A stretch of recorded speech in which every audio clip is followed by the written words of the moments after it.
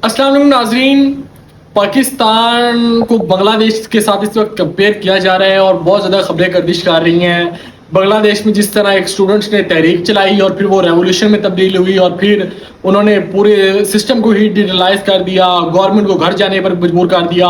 और आज अभी रिपोर्ट्स आई हैं कि उन्होंने सुप्रीम कोर्ट के चीफ जस्टिस से भी इस्तीफा ले लिया है और उन्होंने 1 घंटे का अल्टीमेटम दिया था। अब जब ये सारा कुछ बांग्लादेश में हो रहा था तो पाकिस्तान के हालात के साथ बांग्लादेश को कंपेयर किया जा रहा था, क्योंकि पब्लिक के सेंटिमेंट्स पाकिस्तान में भी आसमान को छू रहे हैं। एक तरफ तो महंगाई का वो जो सिलसिला है जिसकी वजह से अवाम बहुत परेशान है, दूसरा एक पाकिस्तान पॉलिटिकल पार्टी पाकिस्तान तहरीक इंसाफ भी अवाम को मोबिलाइज करने की तैयारी कर रही है और कोशिश कर रही है।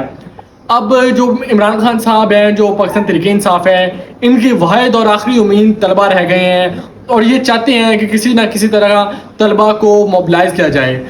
अब इसमें से जो सबसे आम खबर है वो है कि नेक्टा, जो कि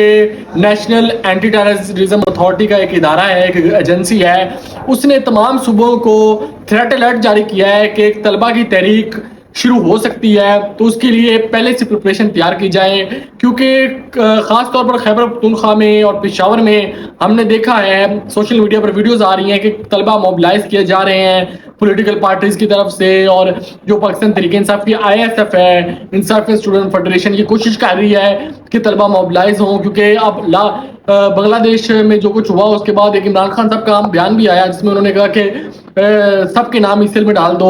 नवाज शरीफ का भी इस सेल में डाल दो, मेरा भी इस सेल में डाल दो, शहबाज शरीफ का भी इस सेल में डाल दो और मोहसिन नकवी का भी इस सेल में डाल दो और तमाम हेलीकॉप्टर अंडरग्राउंड कर दें, क्योंकि कुछ बड़ा होने वाला है। ये मीडिया पर भी बहुत ज़्यादा डिस्कस होने लग पड़ा कि क्या बड़ा होने वाला है, खान साहब इस तरह की बातें क्यों कर रहे हैं। पिशावर में और KPK में पाकिस्तान तहरीक इंसाफ की गवर्नमेंट है, वहाँ से मैच को मोबिलाइज करना पाकिस्तान तहरीक इंसाफ के लिए मुश्किल नहीं होगा। और वहाँ पे ISF की भी बड़ी गहराई पाई जाती है, स्ट्रॉन्ग है ISF। अगर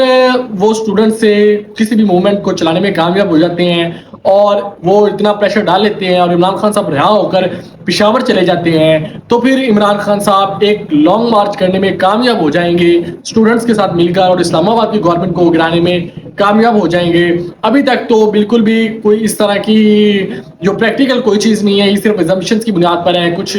मीडिया पर भी रिपोर्ट्स हो रही हैं, कुछ सोशल मीडिया पर रिपोर्ट्स हो रही हैं, कुछ जिस तरह नेक्टा ने एक थ्रेट लेटर जारी किया। सिर्फ अभी तक ये बातें हैं, बकाया मुकम्मल पुरअमन तरीके से पाकिस्तान में मामला चल रहे हैं। और एक कॉल दी हुई है पाकिस्तान तहरीक इंसाफ ने 13 अगस्त को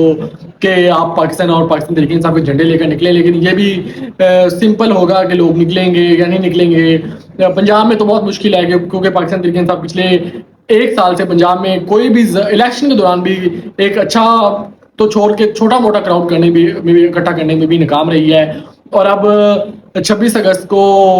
लाहौर में जलसे की इजाज़त मांगी है और 22 अगस्त को इस्लामाबाद जलसे की इजाज़त मिल चुकी है पाकिस्तान तहरीक इंसाफ को, लेकिन अब पाकिस्तान तहरीक इंसाफ का इस्लामाबाद में जलसा करेगी। क्योंकि कल जब इजाज़त मिली तो शोएब शाहीन साहब ने जो एतराज़ात लगा दी और कहा कि अब तो हमारे पास वक्ती काम है, अब हम कैसे अपने आवाम को मोबिलाइज कर सकते हैं। जलसे की प्रिपरेशन के लिए एक अच्छा खासा वक्त चाहिए होता है। तो ये सारी चीज़ें जा रही हैं जिसके अंदर एक तहरीक का भी बातें सुनने में आ रही हैं और खान साहब भी काफ़ी पुरउम्मीद लगते हैं।